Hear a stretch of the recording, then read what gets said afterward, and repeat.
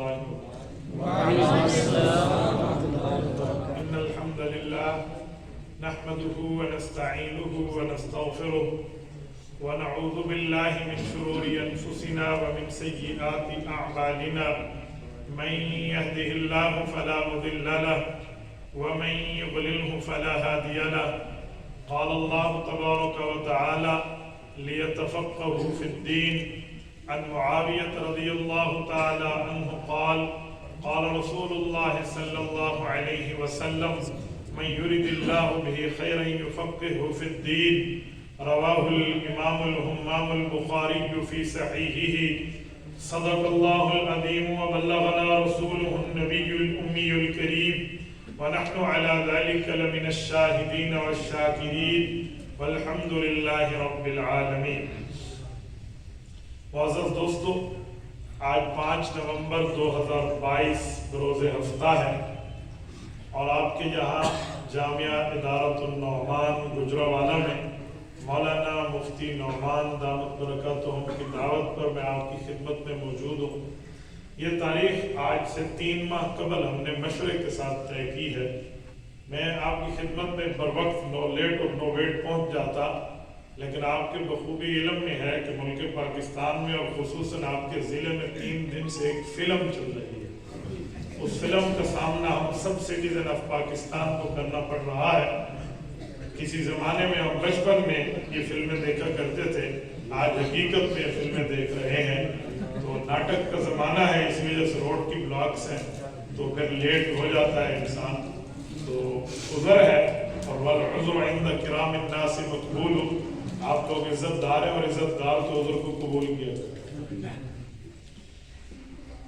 یہاں آج الحمدللہ مفتیان کرام کی دستار بندی ہے.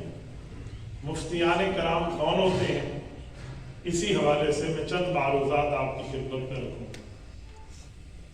شریعت اسلامیہ اللہ تعالیٰ نے رسول اللہ صلی اللہ علیہ وسلم پر نازل کی ہے. حضور پاک علیہ السلام نے اس شریعت کی اس دھرتی پہ تکمیل کر کے مکمل کر کے امت کو دیا ہے.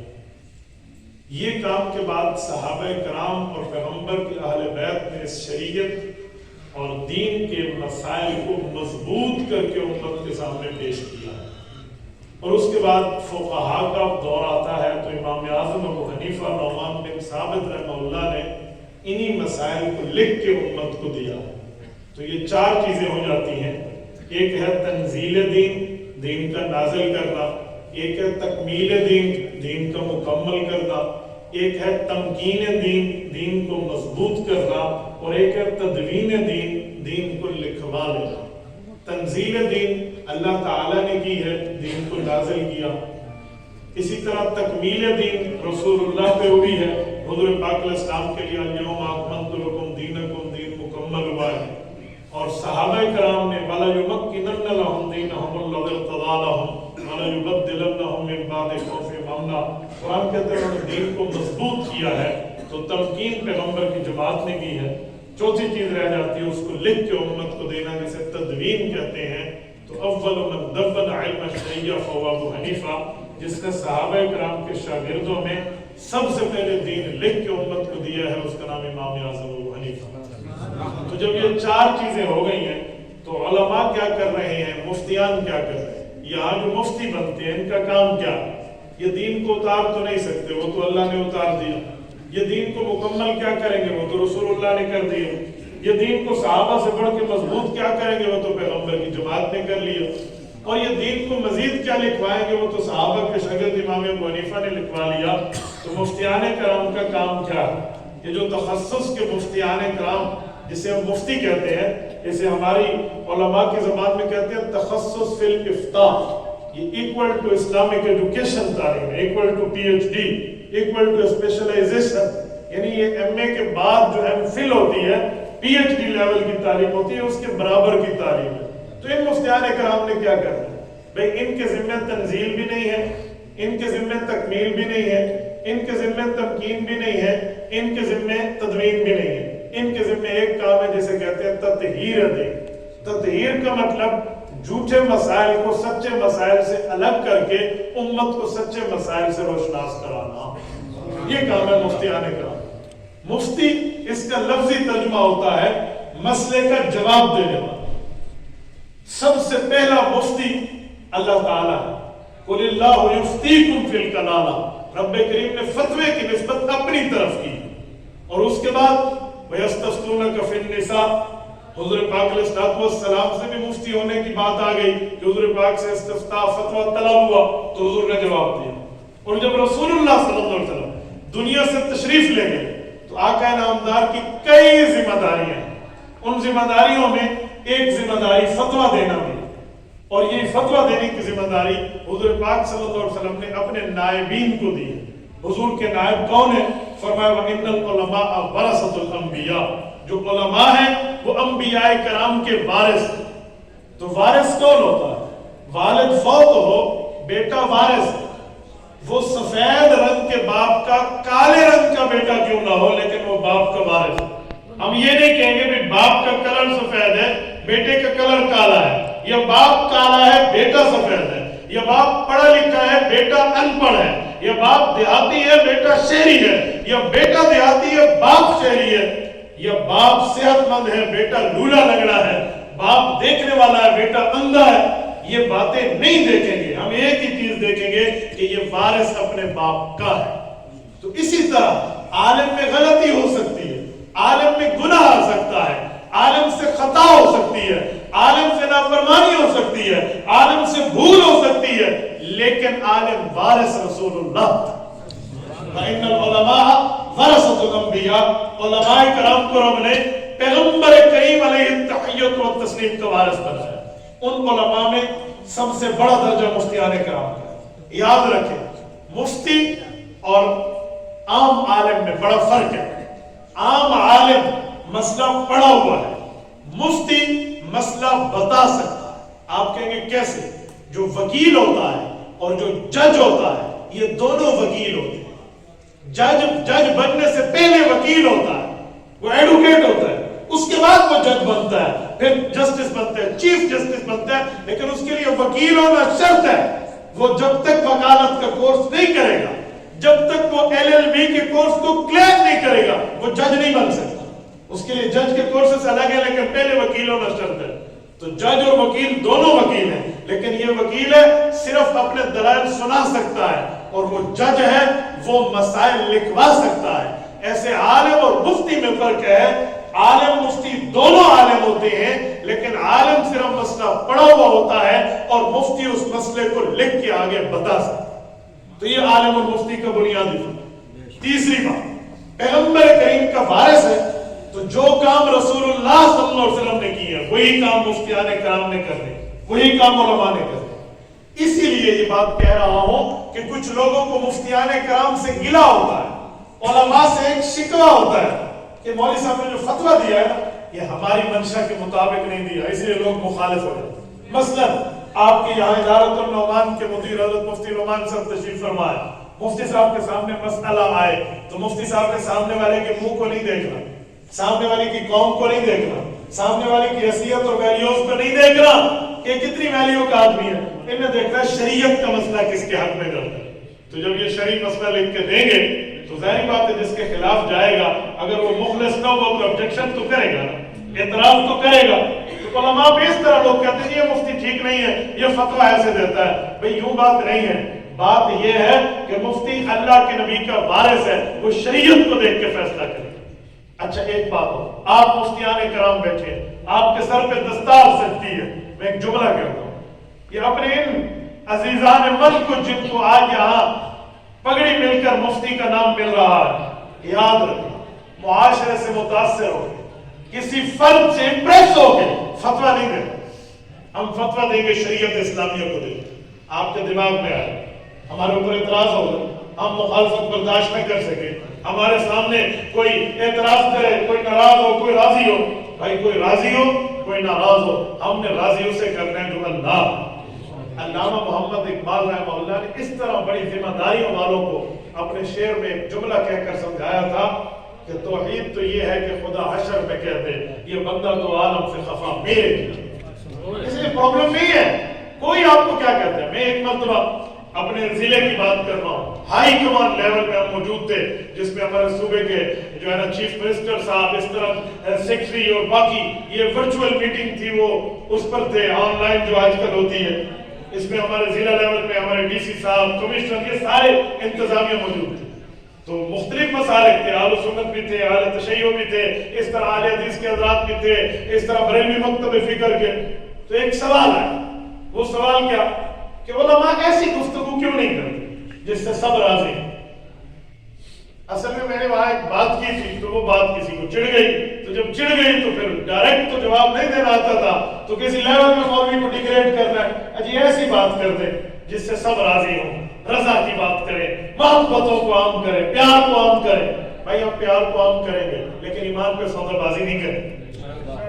پیار کو عام کرنے کا یہ معنی تھوڑی ہے کہ بندہ ایمان پہ، اپنے دین پہ، اپنے اسلام پہ، اپنے مذہب پہ کمپرومائز کر لے، یوں نہیں ہوگا.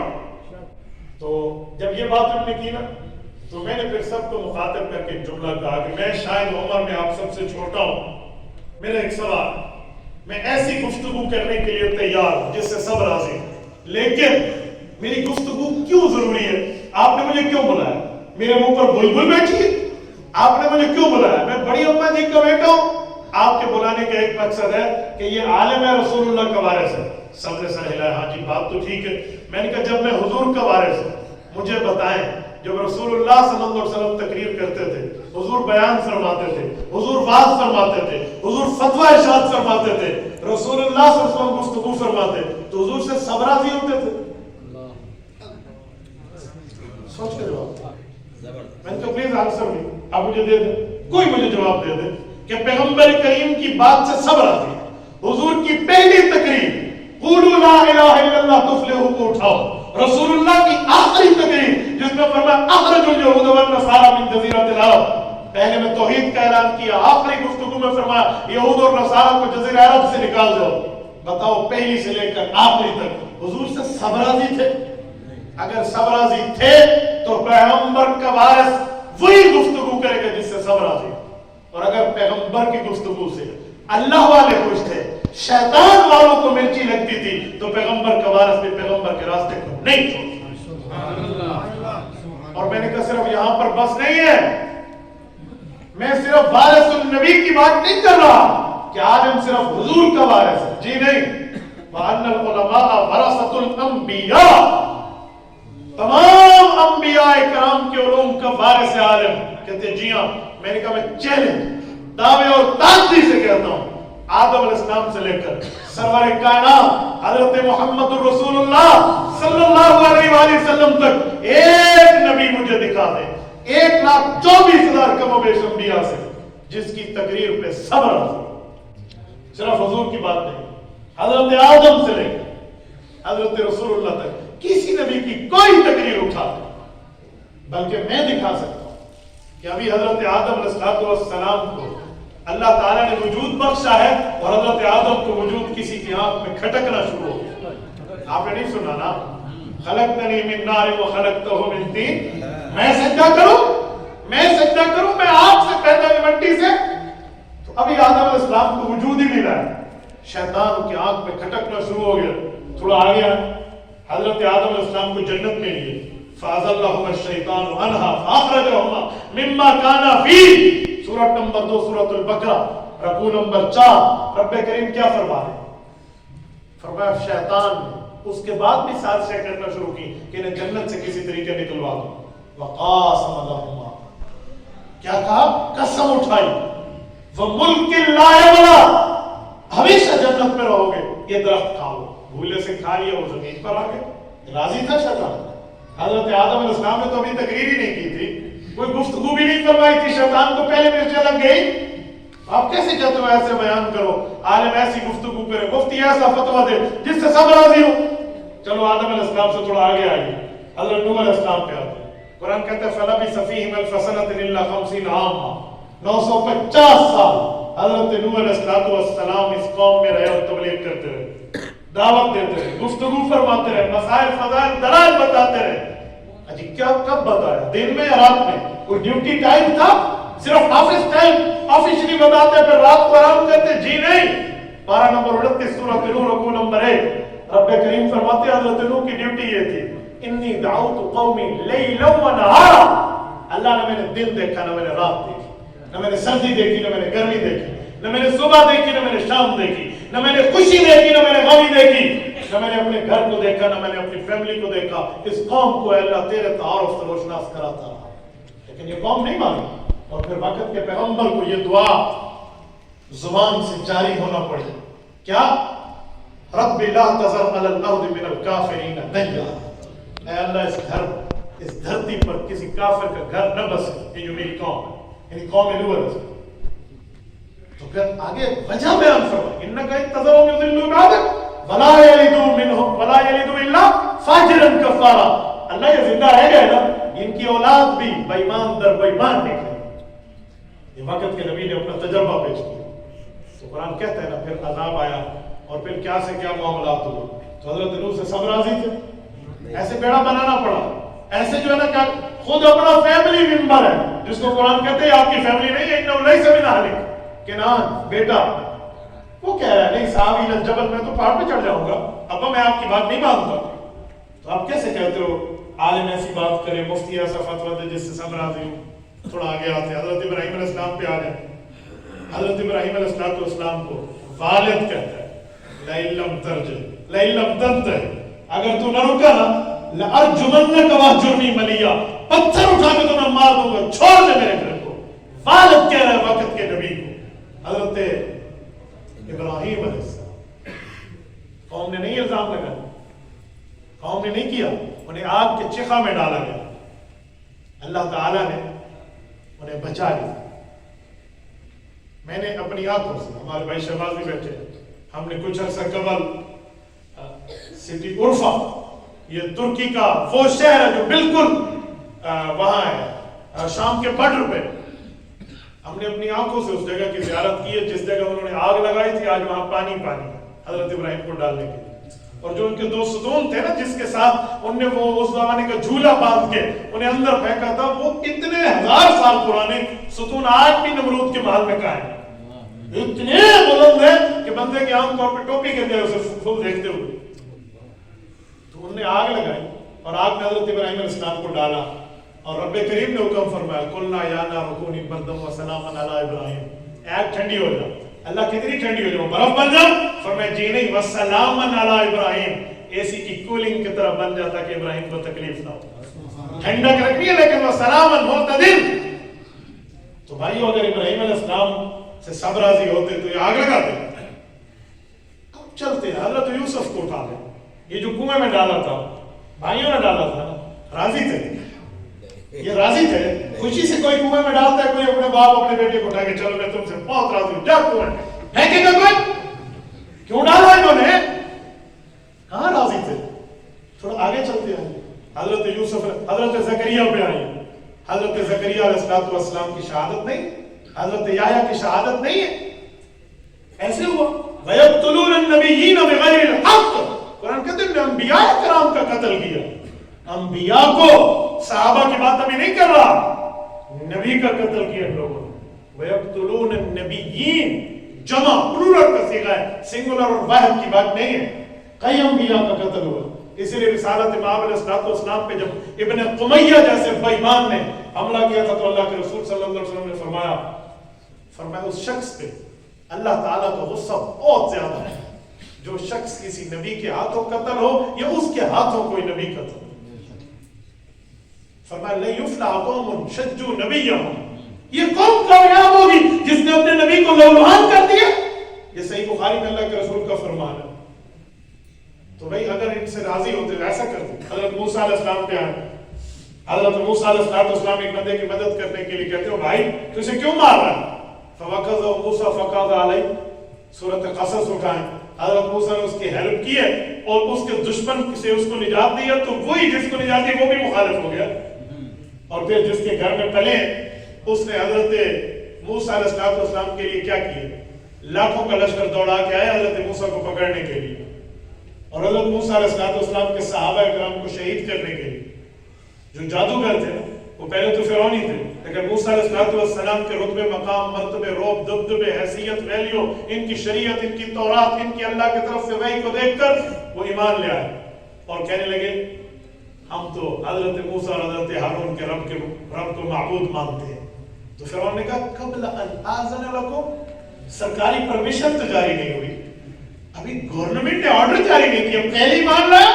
انہوں نے کہا جی فرعون اس کے لیے گورنمنٹ کی پرمیشن چاہیے کہ ہم ایمان لائیں گے. انہوں نے کہا جی لأصلبنکم فی جذوع النخل، میں تمہیں پھانسی پہ چڑھاؤں گا، یہ جو کھجور کا تنا اس سے لٹکاؤں گا.